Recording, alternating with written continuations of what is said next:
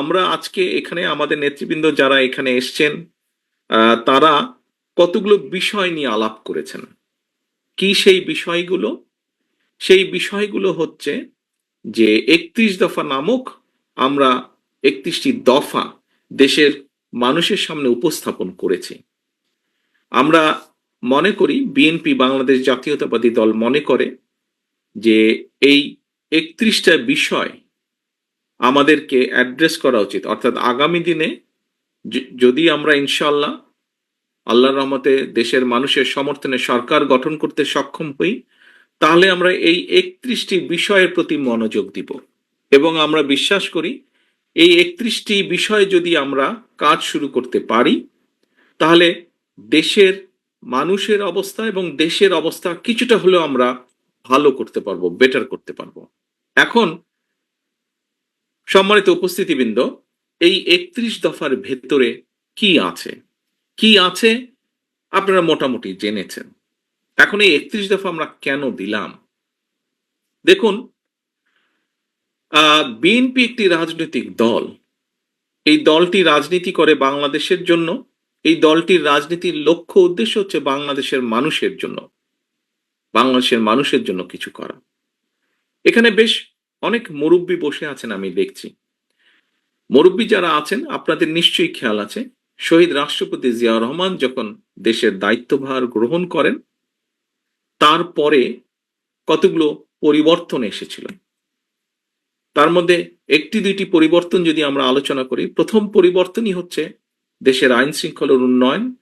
দ্বিতীয় আরেকটি বড় পরিবর্তন হচ্ছে যে ৭৪ সালে যেই দুর্ভিক্ষে লক্ষ লক্ষ মানুষ না খেতে পেয়ে মারা গিয়েছিল, শহীদ জিয়ার সময় খাল খননের মাধ্যমে খাদ্য উৎপাদন বৃদ্ধি করা হয়েছিল, যাতে করে খাদ্যের অভাবে মানুষ মারা না যায়। এর পরবর্তীতে আরো ইতিহাস গড়িয়েছে, সময় গড়িয়েছে, গণতন্ত্রের চর্চা হয়েছে, বাধাগ্রস্ত হয়েছে, স্বৈরাচার জোর করে ক্ষমতা দখল করেছে, আন্দোলন হয়েছে, আন্দোলনে জনগণের বিজয় হয়েছে। সেই বিজয়ে জনগণ আবার ৯১ সালে বিএনপিকে দায়িত্ব দিয়েছে। বিএনপিকে দায়িত্ব দেওয়ার পরে দেশনেত্রী খালেদা জিয়া দায়িত্বভার গ্রহণ করেছে। তখনও আমরা দেখেছি কিছু পরিবর্তন হয়েছে। কি পরিবর্তন? এগোনোর চেষ্টা করেছে দেশ সামনে। আমরা দেখেছি নারীদের শিক্ষার ব্যাপারে একটি যুগান্তকারী পদক্ষেপ গ্রহণ করা হয়েছে। আমরা দেখেছি যে কিভাবে শিল্প কারখানার প্রসার লাভ করেছিল বেকারদের কর্মসংস্থানের জন্য। প্রিয় উপস্থিতিবৃন্দ, আমাদের লক্ষ্য যেহেতু, অর্থাৎ বাংলাদেশ জাতীয়তাবাদী দল বিএনপির লক্ষ্য এবং উদ্দেশ্য হচ্ছে দেশ এবং দেশের মানুষ, কাজেই যখন বিগত ১৫ বছর বাংলাদেশের মানুষ স্বৈরাচারের বিরুদ্ধে লড়াই করছিল, তাদের রাজনৈতিক অধিকার প্রতিষ্ঠার জন্য, তাদের ভোটের অধিকার প্রতিষ্ঠার জন্য, তাদের বাক স্বাধীনতার জন্য, সর্বোপরি জনগণের অর্থনৈতিক মুক্তির জন্য যখন সংগ্রাম করছিল, সেই সময় সকল বিষয় বিবেচনায় রেখে বাংলাদেশ জাতীয়তাবাদী দল আমরা প্রথমে ২৭ দফা ঘোষণা করেছিলাম।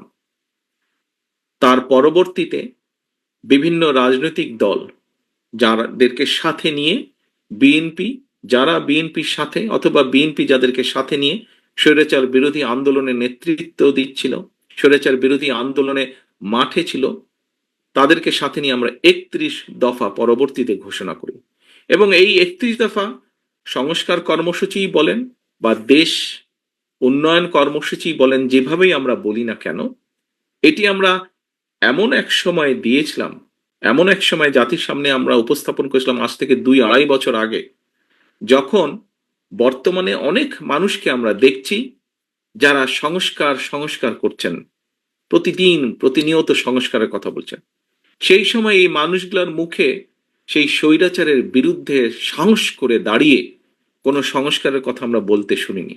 তখন কিন্তু শুধু বিএনপি বলেছিল, বিএনপির নেতাকর্মীরাই বলেছিল সংস্কারের কথা।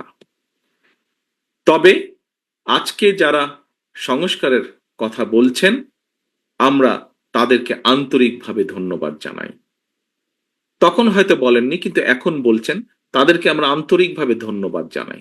কারণ আমরা যেই কাজটি ২ বছর আগে থেকে শুরু করেছিলাম, যখন আমরা জানতাম যে এই স্বৈরাচারের পতন হবে। হয়তো আমরা অগাস্টের 5 তারিখটি জানতাম না, কিন্তু আমাদের দৃঢ় বিশ্বাস ছিল যে স্বৈরাচারের পতন আর বেশি দূরে নয়।